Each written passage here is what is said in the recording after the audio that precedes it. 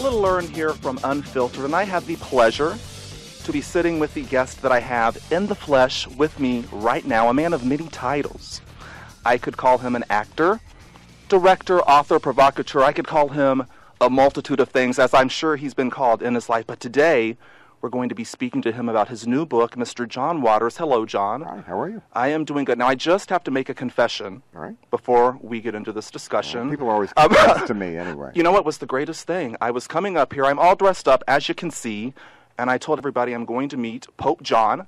I've got to make a confession. Everybody thinks I'm at a Catholic church right now confessing to, Pope John as in the Pope. But no, Pope John Waters, who I like to call the King of Filth, the purveyor of porn and all these other good things. Well, I don't think I've actually made porn, but I appreciate good porn. But I don't think any of my movies are really porn. If you'd be sexually attracted in my movies, something's really the matter with you. Well, you know what? We're going to get into a discussion about porn, something to look forward to, but I just got to get this confession out. All right. Went and saw you a couple of years ago when you were in New York City.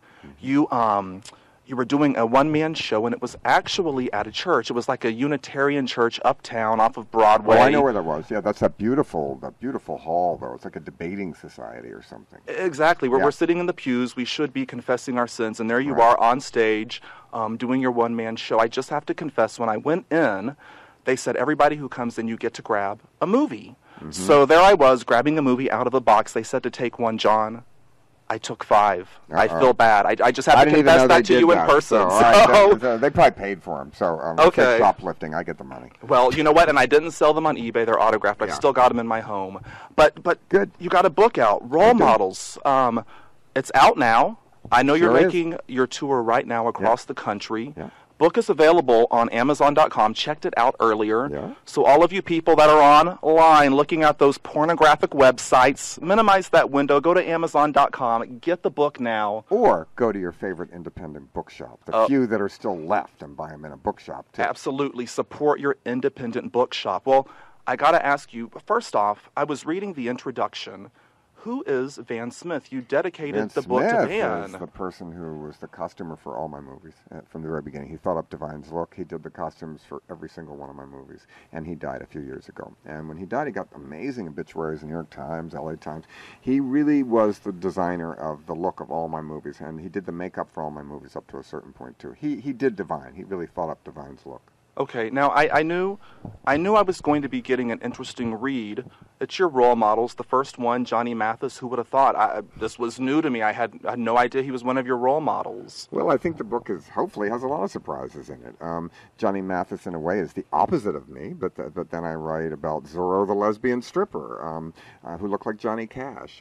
I write about a lot of people that have had extreme lives in it, and that's what I think the book is. People that have had extreme lives, good or bad, that had to be braver than I've ever had to be. Now, speaking of extreme lives, people that have been through a lot, one of the subjects is Leslie Van Houten. Van Houten. Van Houten, yeah. Thank you. Leslie Van Houten, one of the Manson girls. Well, she was one of the Manson girls when she was 17. She is now a 60-year-old woman who looks back in great horror of what she helped participate in. And you actually have visited her in prison, and I know you've also done some work in prisons in general, correct? Yeah, but I'm taught in prison for a long time, but I still visit people in prison. But Leslie I've known for about 25 years, and I think really she's been in jail now for 40 years, and what she did was terrible, and what the victims, I have every right to think she shouldn't get out.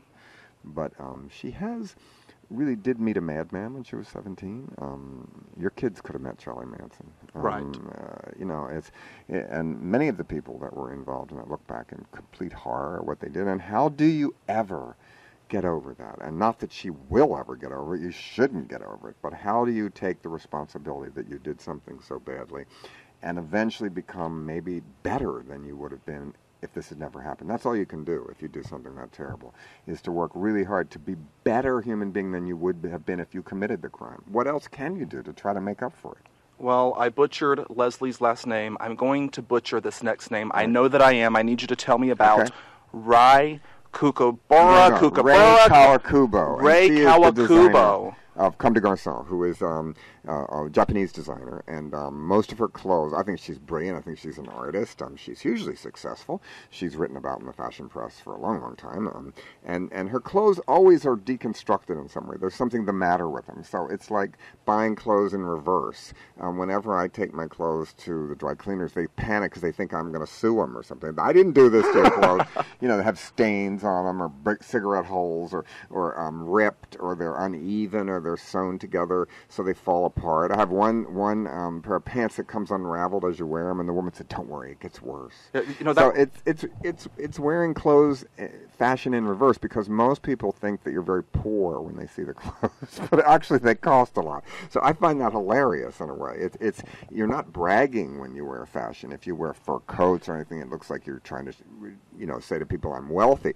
Well, this is like wearing clothes that where you know they're great clothes and they're art to you, but everyone else just thinks you're poorly dressed. Right, and that's what I loved about the book. I could visualize everything you were talking about. I could see you going into the cleaners. You did a whole snippet about being on the fashion runway. Well, I did model for her in Paris once, so she had me over there. But my cleaner now in Baltimore really knows how to do it, and he understands when I bring it in. I say, "Now look, I have to show him the first time every time so he can remember them. This one has stains. This one has rips. This one is uneven. This one, the buttons are wrong. But don't fix them. That's the way they are." And now he understands. Gotcha. I had to ask about Ray because she, you know, you really build up her character. I could visualize her. Does she really call her salespeople combatants, I believe? She does, but she doesn't want the, she's very, in the press very rarely, and she doesn't want the spotlight to be on her. Like, she didn't want me to run a picture of her with me when we were there. She wants it to be about the clothes, and I think this chapter is about wearing the clothes, really. But she is certainly a very severe fashion authority. So I find that interesting and delightful, and I'm all for her. Now, you might pick up a southern twang.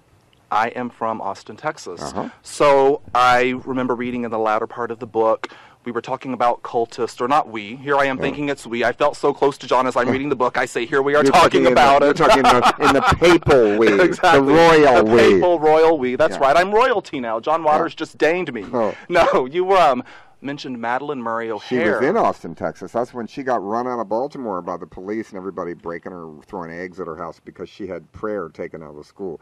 And then she became the president of the American Atheist Society. And she lived in Texas, where she was kidnapped and murdered eventually. But she lived in Texas for a long time, and she put out bumper stickers that said, "Prayer is begging," and "Jesus is lard." Yeah, I don't get that one. You know, I remember being at a restaurant, and I have a very religious family. Yeah. I was eating a hamburger. Everyone's like, "Turn away, do not look at that woman." Because they saw her come in? They saw her come in. She's eating. I didn't realize. But she loves that. She wants to be hated. I mean, she would come to college lectures and walk out riding a broomstick. She'd come on stage. She loved to be hated. That's what made her happy, to be hated. And being against God, you know, and coming out and constantly saying horrible things about Jesus and God and the manger and everything made people so crazy. But I don't see how they just couldn't see she was going for the effect on it. I always thought Roseanne should play her if they make a movie. Oh, because remember, Roseanne used to like to be hated. I don't think she does now, but she used to kind of like it. Yeah, absolutely. Did you not make it down to the, Madeline had an auction in Austin, so it was all of this. After she was killed? After she was killed, the feds unleashed. Did you go? I didn't go. One of my managers did, who was a Madeline sympathizer. Yeah.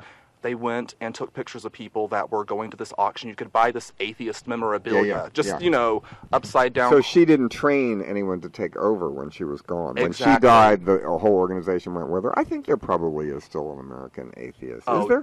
I believe so. My friend went on Easter to an atheist convention, and she said, they drink a lot, I'll tell you that, which really made me laugh, thinking of a bunch of drunken atheists on Easter. Now,